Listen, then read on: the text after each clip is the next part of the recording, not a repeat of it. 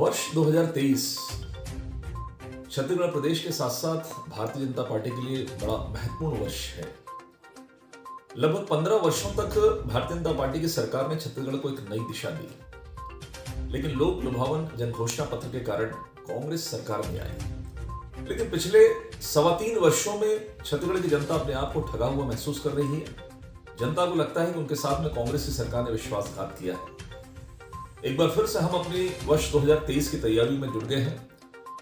हमारी प्रभारी डी पुरंदेश्वरी जी का जो बस्तर का दौरा या सह प्रभारी नितिन जी का जो दौरा हुआ है, निश्चित रूप से सरकार बनाने के लिए बस्तर और सरगुजा हमारे लिए दो महत्वपूर्ण क्षेत्र हैं। और जिन बस्तर और सरगुजा क्षेत्र में कभी हम बहुतायत में सीटें प्राप्त करते थे, पिछले चुनाव में हमारे पास सीटें नहीं आई।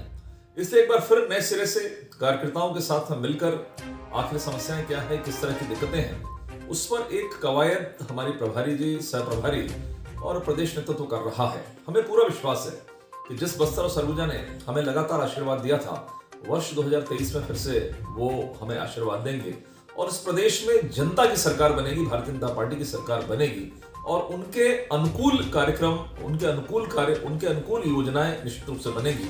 और इसी तारतम्य में हमारी प्रभारी राष्ट्रीय महामंत्री डी पुरंदेश्वरी जी बस्तर के 2 दिवसीय दौरे पर आ रही हैं। वो बैठकें करेंगी सभी जिलों में और साथ ही साथ रायपुर में भी एक बैठक का आयोजन होगा। कुल मिलाकर हमारी जो लड़ाई है और हमारी तैयारियां जोरों से प्रारंभ हो गई है। जनता तैयार बैठी है कि भारतीय जनता पार्टी इस प्रदेश का एक बार पुनः नेतृत्व करे। छत्तीसगढ़ की जनता ने 15 साल के भारतीय जनता पार्टी के कुशासन को झेला है।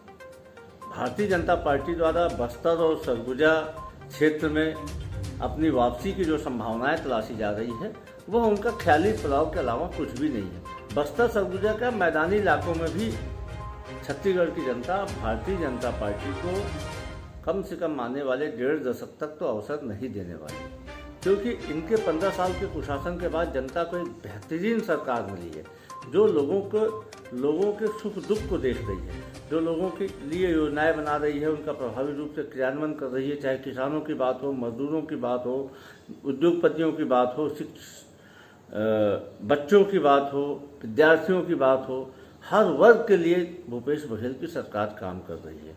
और उसके मुकाबले के लिए भारतीय जनता पार्टी के पास में कुछ भी नहीं है, ना संगठन है, न ही उनके पास में मुद्दे हैं।